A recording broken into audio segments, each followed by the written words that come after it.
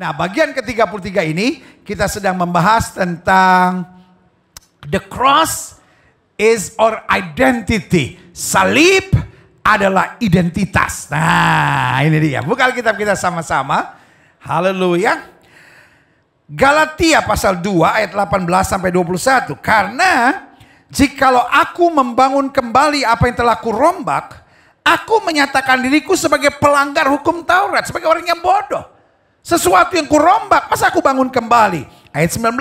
Sebab aku telah mati oleh hukum Taurat dan untuk hukum Taurat, supaya aku hidup untuk Allah, karena aku telah disalibkan dengan Kristus. This is what I call my new identity. Karena my old identity is about Torah. Paulus sedang menjelaskan hidupku masa lalu adalah oleh hukum Taurat dan untuk hukum Taurat. But my new identity, aku telah disalibkan dengan Kristus. Karena aku telah disalibkan oleh Kristus, aku telah disalibkan dengan Kristus, maka hidupku untuk Allah. Iya. What is our new identity? Apakah kita sekedar mengejar menjadi orang yang diberkati? What is our new identity?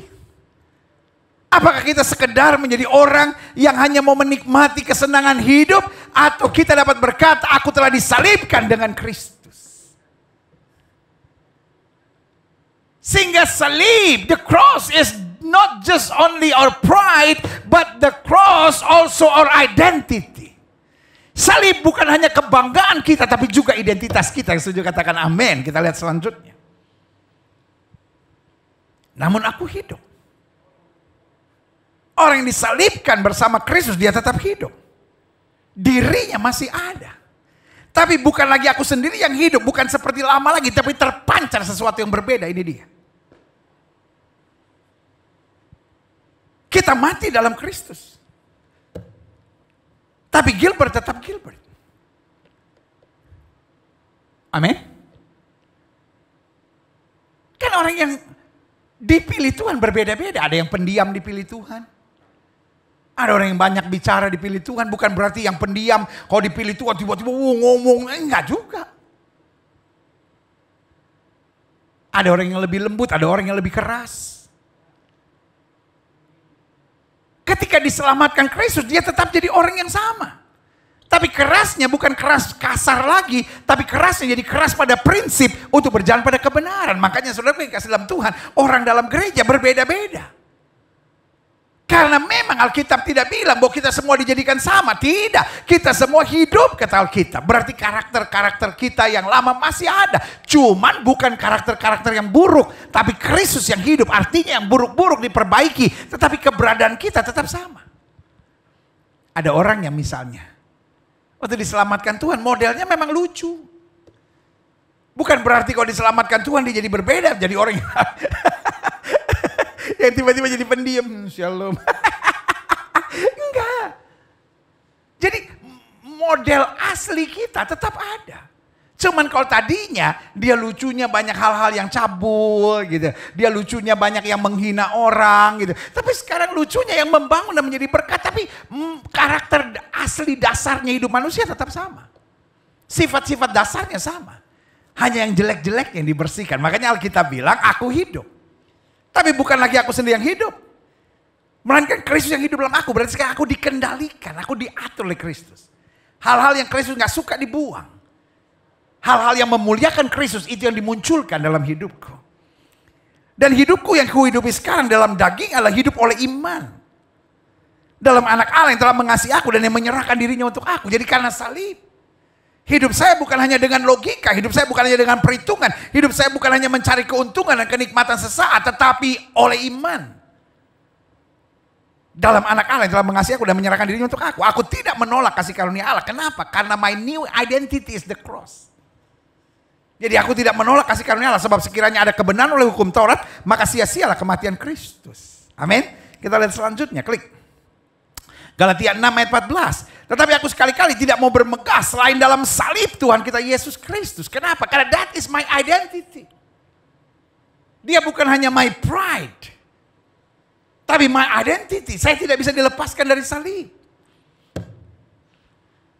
Karena saya hidup oleh salib. Saya kuat karena salib. Saya bisa bertahan, salib yang mengerjakannya. Because the cross is our identity. Kita lihat selanjutnya. Sebab olehnya dunia telah disalibkan bagiku dan aku bagi dunia.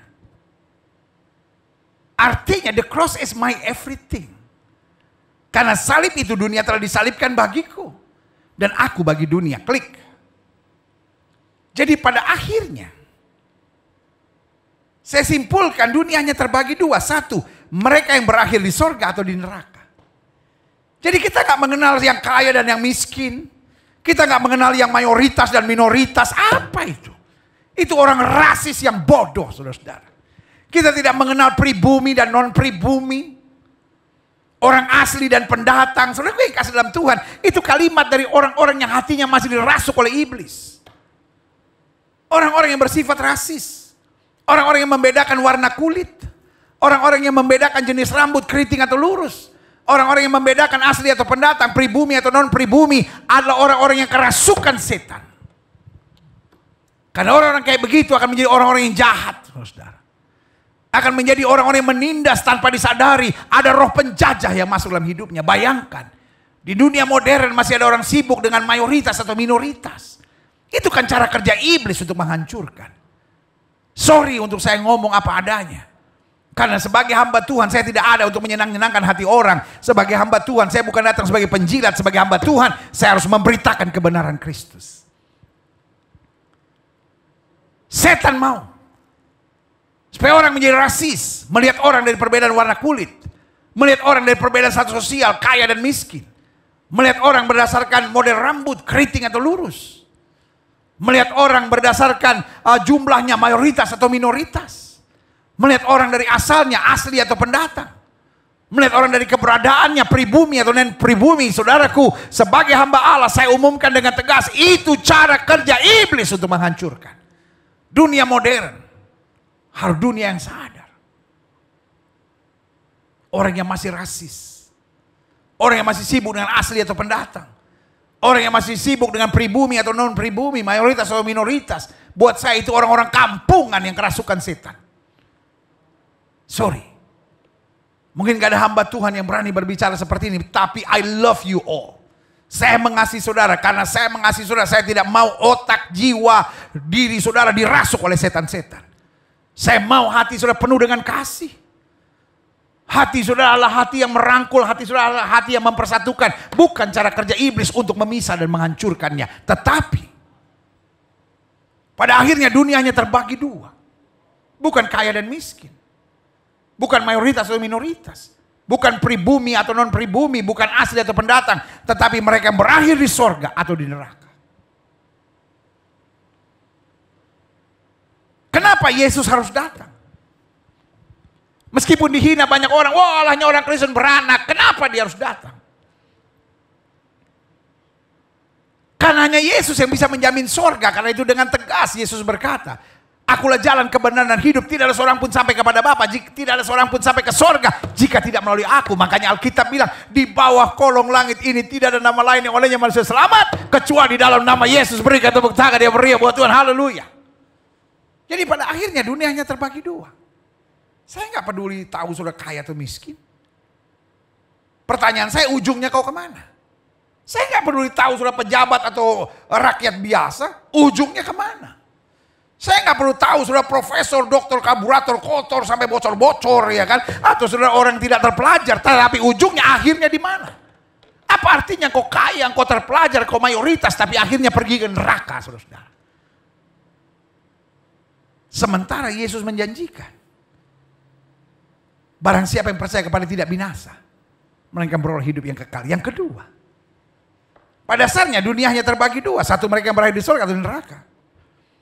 Sehingga yang kedua, mereka yang diselamatkan atau dibinasakan. Karena pada dasarnya kita semua orang-orang berdosa. Pada dasarnya kita orang-orang yang gak betul. Alkitab bilang semua orang telah berdosa dan hilang kemuliaan Allah. Pada dasarnya setiap kita pemberontak. Pada dasarnya setiap kita jahat. Pada dasarnya kita semua tadinya diikat dan dibelenggu oleh iblis. Kita diselamatkan bukan karena perbuatan baik, kita bukan diselamatkan karena amal dan ibadah, kita bukan diselamatkan karena kemampuan kita. No, kita diselamatkan hanya karena anugerah. Makanya Yesus bilang, bukan kamu yang memilih aku, tapi aku yang memilih kamu. Siapa yang diselamatkan? Orang yang mau merendahkan diri. Siapa yang direndahkan? Maksud saya siapa yang diselamatkan? Orang yang mau bertobat. Siapa yang diselamatkan? Orang yang mau menyadari bahwa saya tidak bisa diselamatkan karena amal ibadah perbuatan baik hidupku. Makanya Yesus bilang apa? Pada hari terakhir akan datang banyak orang bilang, Tuhan, aku sudah bernubuat demi namamu, aku sudah usir setan demi namamu. Yesus bilang, aku tidak kenal kamu, enyah dari hadapanku. Hai kamu pembuat kejahatan. Jelas sampai di sini. Saudaraku yang kasih dalam Tuhan. Hari ini perlu kembali saya ingatkan dan hari ini perlu kembali saya tegaskan. Apa artinya kita punya seluruh harta di dunia ini tapi kalau jiwa kita dibinasakan oleh Tuhan? Karena kita bilang bukan orang yang berseru Tuhan, Tuhan yang akan diselamatkan, tapi mereka yang hidup seturut dengan kehendak Tuhan. Mereka yang bertobat. Mereka yang taat dan setia. Mereka yang berjuang terus. Pertanyaannya, orang yang taat setia, orang yang bertobat, orang yang berjuang terus. Pertanyaan saya, bisa ada kesalahan gak? Bisa kepleset gak? Bisa. Tapi dia cepat bangkit. Karena dia tahu. Kasih kemurahan Tuhan sempurna dan luar biasa. Haleluya. Selanjutnya. Pada akhirnya dunianya terbagi dua. Satu, mereka yang berakhir di surga atau di neraka. Yang kedua, mereka yang diselamatkan dan dibinasakan. Yang ketiga, mereka yang menjadikan Yesus sebagai Tuhan dan Raja. Atau yang menolaknya.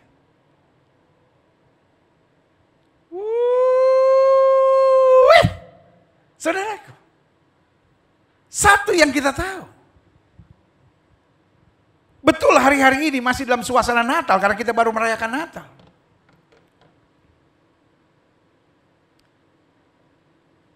Satu yang kita tahu waktu kita merayakan Natal, kita bukan hanya bersyukur buat apa yang terjadi 2000 tahun yang lalu di Bethlehem. Tapi kita juga mempersiapkan diri untuk apa yang akan terjadi ketika dia datang kembali dalam awan-awan kemuliaan. Karena waktu dia lahir, dia hadir sebagai bayi. Tetapi waktu dia datang kembali, dia datang sebagai Imam Mahdi, hakim yang adil. Pertanyaannya, apakah kita orang yang percaya dan menjadikan Tuhan sebagai Raja dalam kehidupan kita? Dan untuk itu kita akan menerima kepastian keselamatannya. Atau sebaliknya kita menolaknya. Pertanyaannya, adakah orang Kristen yang menolak Kristus? Ada. Dia pergi ke gereja, tapi yang menjadi Tuhan adalah kepuasan dagingnya. Yang menjadi Tuhan narkoba, yang menjadi Tuhan bahkan ramalan-ramalan asib. Pokoknya apa yang saya mau, itu yang saya kerjain. Saudara yang kasih dalam Tuhan. Betul dia beragama Kristen, tapi dia tidak menjadikan Yesus sebagai Tuhan dan Raja.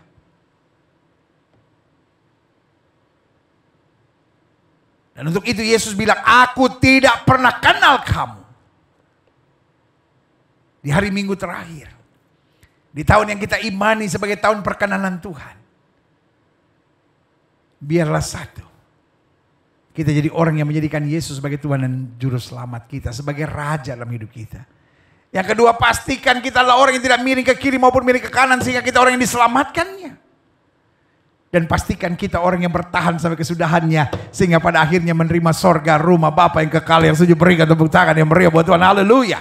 Selanjutnya saya pelajari. Klik. Semuanya itu ditentukan oleh apakah kita menyadari makna salib Kristus. Atau mengabaikannya.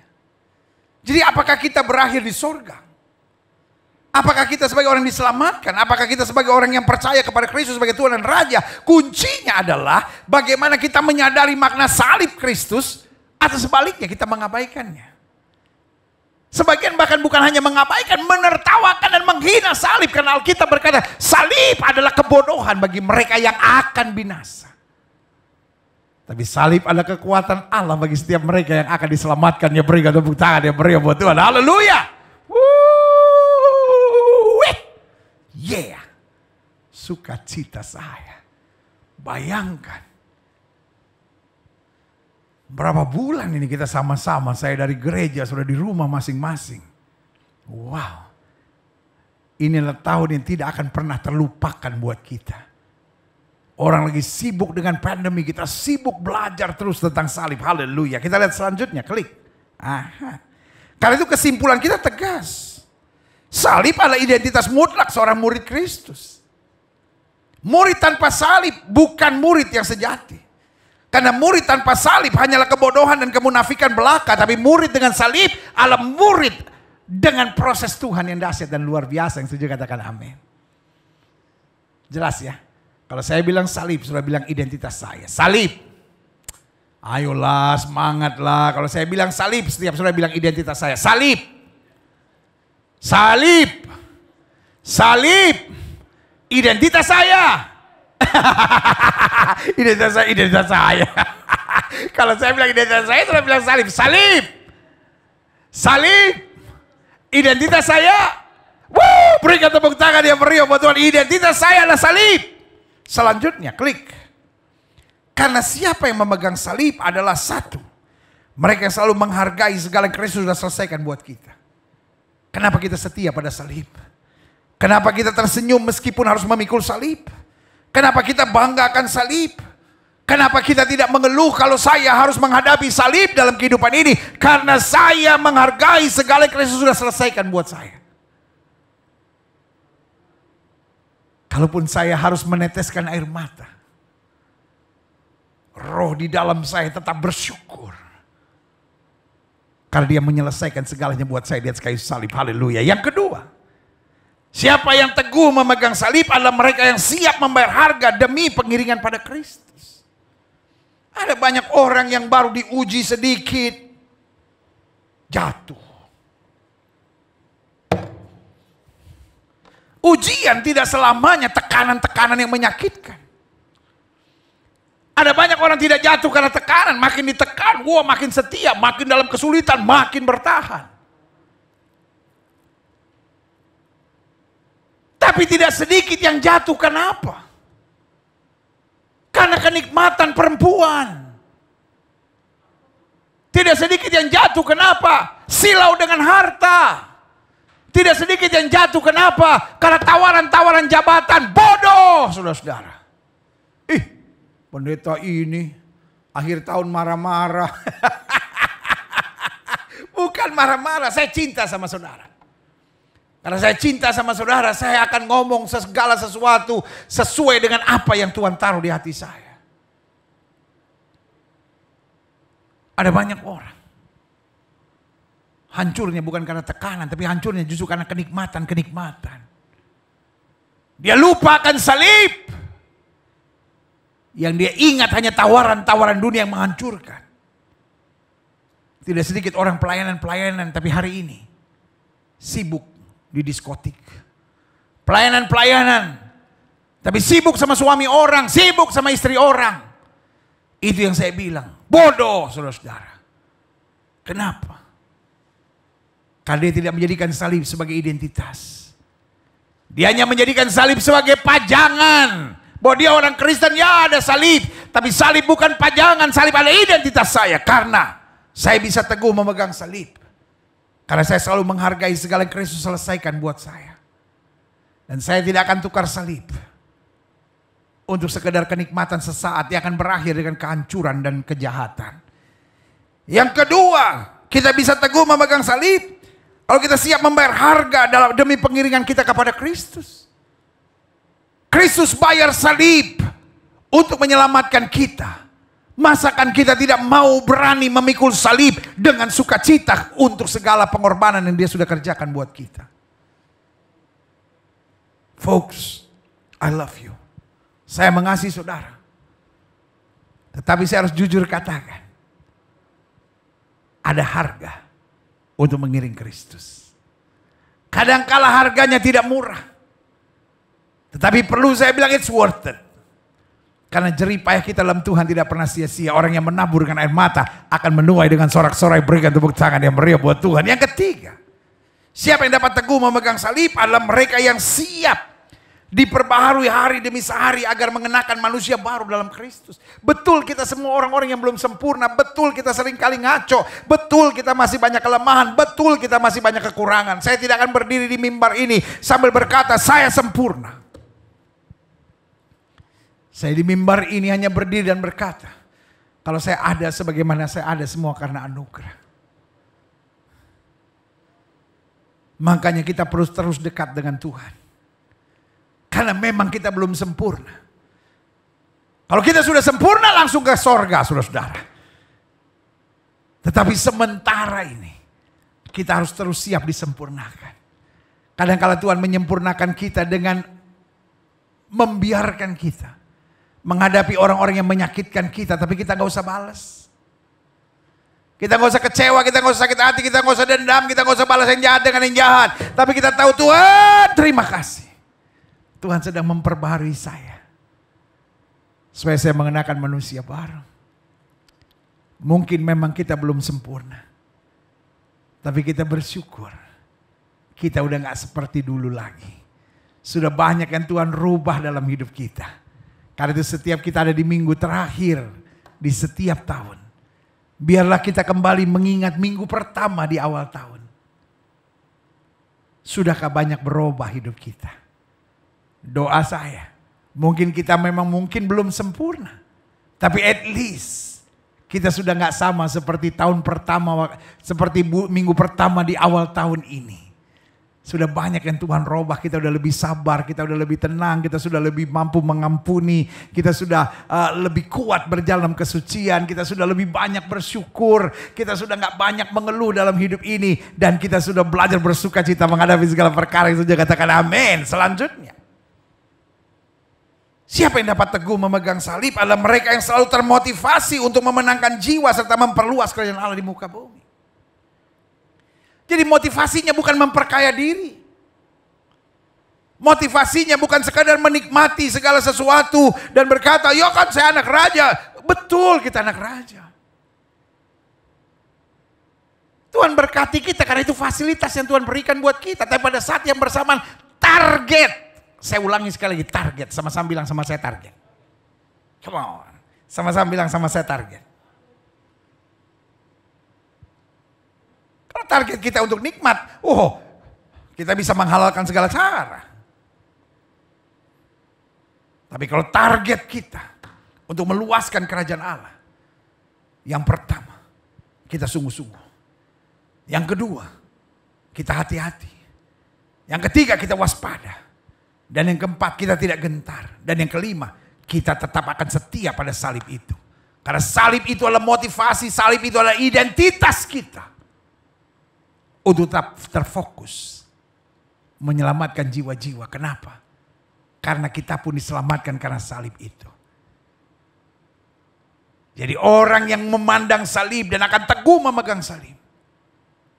Karena termotivasi, Tuhan, aku tidak hanya mau asal hidup. Tapi aku mau memenangkan jiwa, aku mau memperluas kerajaan Allah. Aku mau mentuntaskan amanat agung Kristus. Karena itu amanat agung. Sebelum Kristus naik ke sorga, dia bilang, beritakan Injil kepada setiap makhluk dan aku menyertai engkau. Dan itu bukan hanya berita untuk para pendeta, bukan hanya berita untuk para diaken-diaken gereja, penatua-penatua gereja, pelayan-pelayan di gereja. No, buat setiap kita, sama-sama bilang sama saya, untuk setiap kita. Haleluya. Selanjutnya, karena salib adalah identitas kita. Satu, pastikan jangan malu dengan salib. Kalaupun saya memegang salib, kalaupun saya memikul salib, saya tidak akan malu. Kalaupun orang menertawakan saya tentang salib, kalaupun orang mempermalukan saya, orang mengejek saya dengan salib, justru salib adalah kebanggaan kita. Alkitab bilang, kalau aku mau bermegah, aku akan bermegah dalam salib. Saudaraku, salib adalah identitas kita. Ada orang-orang yang akan dihina karena salib. Ada orang-orang yang akan ditolak karena salib. Ada orang-orang yang dipersulit karena salib. Dan ada orang-orang yang akan dipersekusi karena salib. Tapi salib adalah kebanggaan kita. Yang setuju katakan amin. Jangan malu dengan salib. Yang kedua, karena salib adalah identitas kita, pastikan jangan bersungut memikul salib. Beberapa minggu lalu saya sedang bicara tentang salib setiap orang berbeda-beda. Ada yang mungkin salibnya lebih ringan, ada yang mungkin salibnya lebih berat, ada juga yang mungkin salibnya bukan hanya lebih berat, tapi lebih rumit untuk dipikul. Jalannya lebih sukar. Tapi jangan bersungut. Saya paling gak tahan sama orang-orang Yang sedang mau menggambarkan bahwa salib Kristus itu begitu berat. Buat saya orang-orang seperti itu adalah orang yang gak mengerti kitab suci. Karena Alkitab saya mengajarkan. Pencobaan yang kamu alami tidak pernah melebihi kemampuan kamu. Dan itu berarti salib kita tidak pernah akan lebih besar daripada kemampuan kita. Pertanyaannya, saya ada dua pilihan. Saya mau mengeluh waktu saya memikul salib. Atau saya mau tetap bersyukur kalau saya harus memikul salib. Dan saya harus ingatkan. Saudara-saudara yang memikul salib dan mengeluh, saya beri nama engkau tidak tahu diri dan tidak tahu malu. Mungkin saudara menatap saya dan berkata, kenapa sih pendeta marah-marah aja hari ini? Bukan marah. Justru karena terdorong akan cinta Tuhan dan cinta akan saudara. Saya harus ngomong kebenarannya.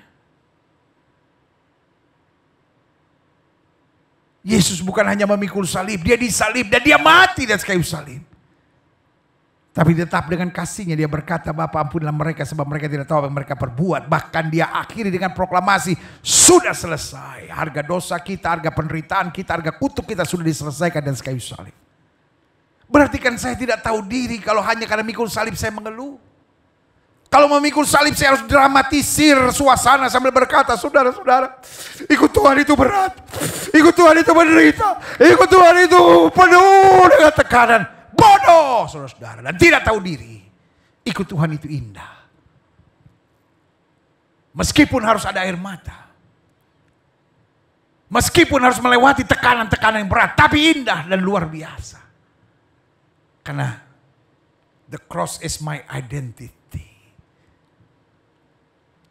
Kekristenan tanpa pikul salib adalah kemurahan. Saya menyebut orang-orang murahan itu. Tapi justru kekristenan dengan salib adalah identitas kebahagiaan. Karena kita dipercaya oleh Kristus untuk memikul salibnya. Haleluya. Selanjutnya, karena salib adalah identitas kita, pastikan jangan lemah dalam perjuangan demi salib. Iblis akan mengintimidasi kita dan berkata, kamu gak kuat. Iblis akan mengintimidasi kita dan berkata, kamu gak sanggup. Salib memampukan saya. Yesus sudah bayar harganya semua dari kayu salib kok. Hari ini adalah hari Minggu terakhir di tahun ini. Tahun yang kita imani sebagai tahun perkenanan Tuhan. Dan kita mengakhirinya dengan penyelesaian pembahasan tentang salib. Berarti 34 minggu. Karena saya bahas ada satu yang saya bahas dua. Karena itu terlalu dalam untuk kita bahas. 33 topik kita bahas tentang salib. Dan saya mau sudah mengakhirinya dengan akhir tahun ini dengan meyakini salib adalah my identity. The cross is my identity. Sehingga saya bangga kalau saya harus pikul salib. Saya siap menanggung segala sesuatu karena salib. Karena justru bukan saya menanggung segala sesuatu karena salib. Tapi salib yang menanggung segala sesuatu untuk saya yang setuju katakan amin. Yang terakhir saya undang pemain musik maju ke depan. Karena salib adalah identitas kita. Pastikan kita selalu bangga dengan salib Kristus. Meskipun seringkali ada harga mahal yang harus kita keluarkan demi salib itu. Ada yang karena salib dia kehilangan pekerjaannya. Ada yang karena salib, dia harus kehilangan orang yang dia cintainya. Ada orang yang karena salib, dia harus menghadapi masa-masa yang berat dan masa-masa yang sukar. Ada yang karena salib, dia harus dikucilkan. Tetapi kita bangga. Satu, salib tidak akan pernah mengecewakan kita. Salib akan membawa kita pada akhir kemenangan. Dan salib adalah dasar untuk kita menerima mahkota yang abadi. Saudaraku, inilah hari Minggu terakhir di tahun ini. Doa saya, setiap kita menyelesaikan tahun ini dengan sebuah kesimpulan. Salib adalah identitas saya. The cross is my identity. Kalau karena salib saya harus kehilangan sesuatu. saya tidak menyesal. Karena saya tahu orang yang sampai pada akhirnya setia memikul salib akan menerima mahkota kemuliaan kekal yang abadi. Haleluya.